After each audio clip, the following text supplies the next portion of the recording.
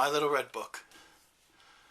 Love's opening salvo and single, My Little Red Book, was recorded at Sunset Sound on January 25th, 1966. It was the last song recorded that day on the second day of sessions, which ended on January 27th, the fourth day. The first Love album took 4 days to record. The next took even longer. The first single of Love's turned out to be a cover and one of 2 covers on the album, and it saw release in March 1966 to coincide with the album's release. Love's version of My Little Red Book was played in a different major key to the Manfred Mann version heard in the 1965 What's New Pussycat film. Eccles didn't remember how it went and was recalling it from memory the next day from when he was seeing the film with Arthur at the Chinese Theater in Hollywood, where the song featured in a recurring montage played throughout the film. The two had dug the song, and Eccles had found it a different kind of tune and haunting. Only too late did he realize he had played it without any minor chords. When they learned of how it was supposed to sound by playing the acetate of the original at the Brave New World, they decided to just keep it as it is, and as they played it. My Little Red Book was a successful hit, at least locally in LA, making 52 on the Billboard charts in June of 1966. Hearing the single on the radio for the first time caused a deeply moved Jack Holzman to pull off the road in tears.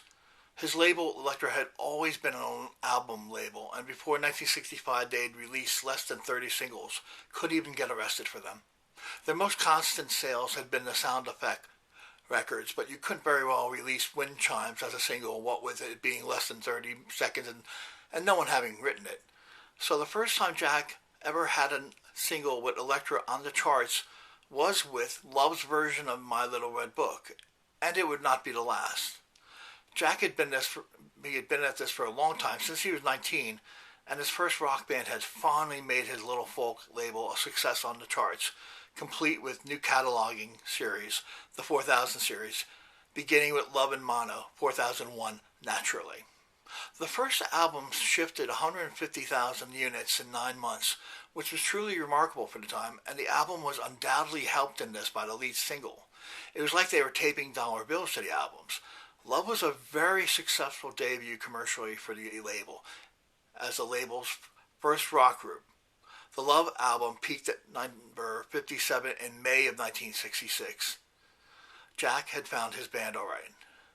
The song's writer, Burt Bacharach, was not thrilled by Love's version at first. He sent them a letter, but eventually he felt better after the monies from Love's local LA hit had bought him his first pool. Even he acknowledged that Manfred's record was a bad record. They were with him recording it and all nervous. But Love had also gotten a couple chords wrong, and he wasn't happy about that either, as they could have just had a lead sheet. He did like the fact that Love had a hit with it. He would get money. And he also did appreciate the energy that Love brought to the track.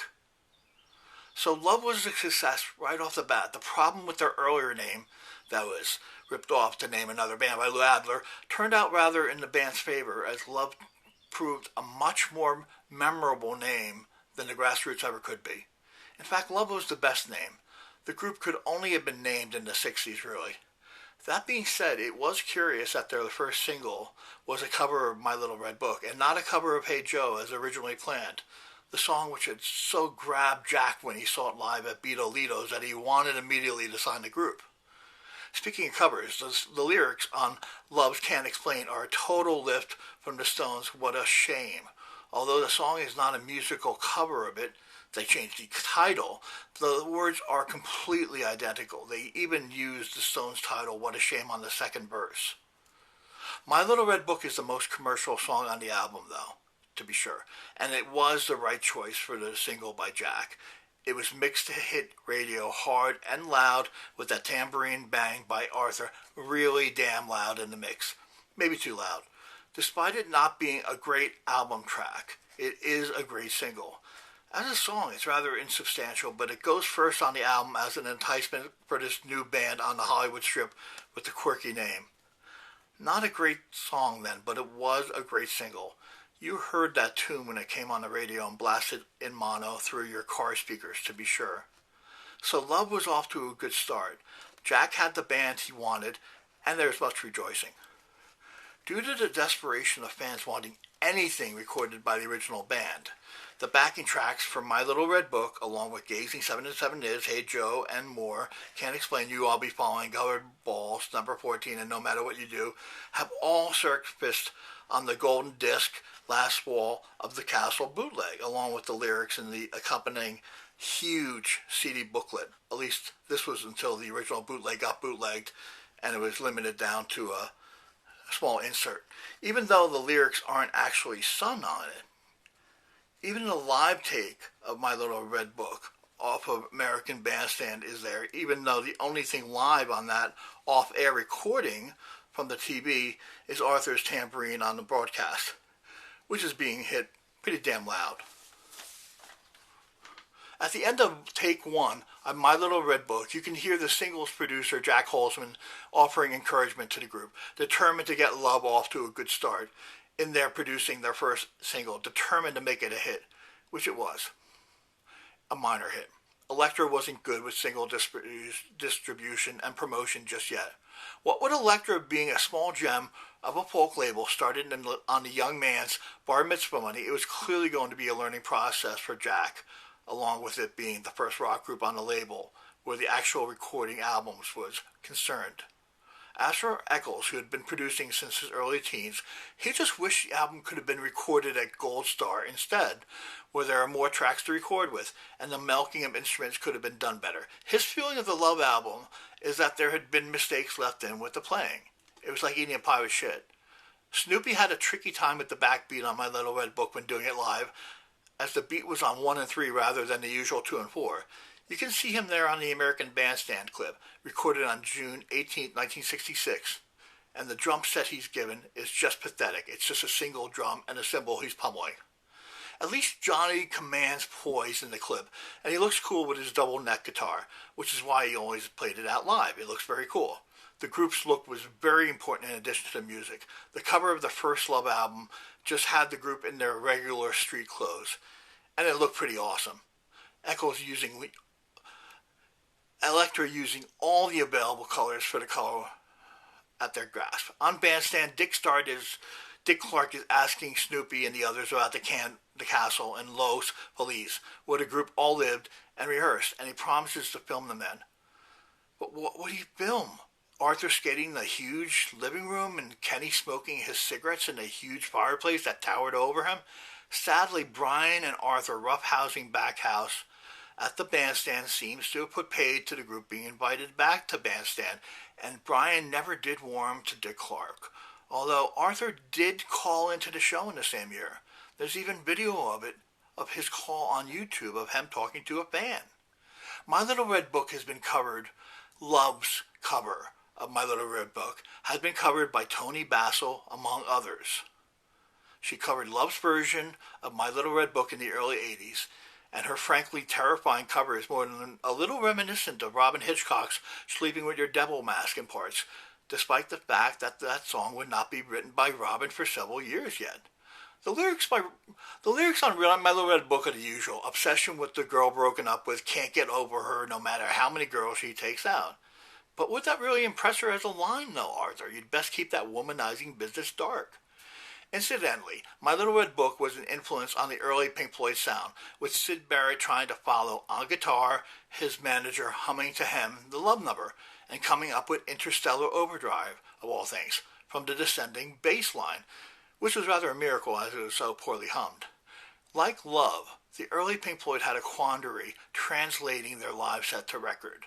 Love's John Lee Hooker, later revelation, would take up the whole set. So too the Floyd's Interstellar Overdrive. That would last at least a half hour. And it served them well because they refused to play their early singles. And that also upset the audience, to where they'd be lobbing pints on them. The Pink Floyd were also known for their live set early on, with their audience dancing at the UFO Club in London, where they were essentially the house band. Pete Townshend would deride the Floyd's first record as Mickey Mouse music, and the one time he missed playing a Who performance, it was to catch Sid's Floyd. On record, Interstellar Overdrive was kept to 12 minutes, which worked perfectly for the album side, as the songs on it were the best that Syd Barrett ever wrote. Bike, Chapter 24, The Gnome, The Scarecrow. Sterling Morrison of the Velvets also gave My Little Red Book a go, but was stumped by its tricky beat and just couldn't get it right on guitar. My Little Red Book was heard in high fidelity over the end credits, but it's not the love song heard on the soundtrack album for the film, which featured Love's Always See Your Face instead from the For Sale album, which is heard in the film when Rob is asked by a punter where he keeps his soul. The answer then is always being right by the exit next to the blues. Of course, by this time in fall 1965, when Jack would have caught Love live for the first time and been immediately swept away off his feet by the group, perhaps in the same way that Nick Carraway was carried away by the decades of Gatsby, the band would have had the usual suspected covers in their set. The Byrds' Mr. Tambourine Man, the Stones' As Tears Go By, Animals' House of the Rising Sun, which Love's signed DC sounds nothing like, in fact. I don't know where they're getting it from. Van Morris's Them would have been a favorite. The Beatles, too, for whom Love were even given free tickets live at the Hollywood Bowl in '65. But where the music was concerned finally, when it came to Love, the Byrds were the most crucial in developing their sound, and David Crosby was crucial in his advice to them against Love just copying his group and becoming a Byrds clone. That had to be crucial advice for Love in starting to find their own voice. There wasn't enough material for them to tackle live at this point, where their own originals were concerned, and with Snoopy they couldn't do the jam John Lee Hooker for a set. Before Bryans joined up, the Grassroots had been little more than just an extended jam covers band, albeit a very popular one, doing a lot of radio hits from the time on stage. Bryans was crucial to the Love sound. He looked the part on stage. His guitar playing and songwriting were integral to the group, making it fall to bits when he later fell away from them. One thing that tends to go overlooked in accounts of Bryans joining Love, he was a mighty fine guitarist. He wasn't just a pretty boy bringing his ass along with the Sherwood Forest crowd that saw the Byrds. Although it helped that Bryans brought with him the Byrds fans to where they played at Beatleto's, it certainly helped as the Byrds going up to the UK left a huge void in the scene, and of which Love took full advantage.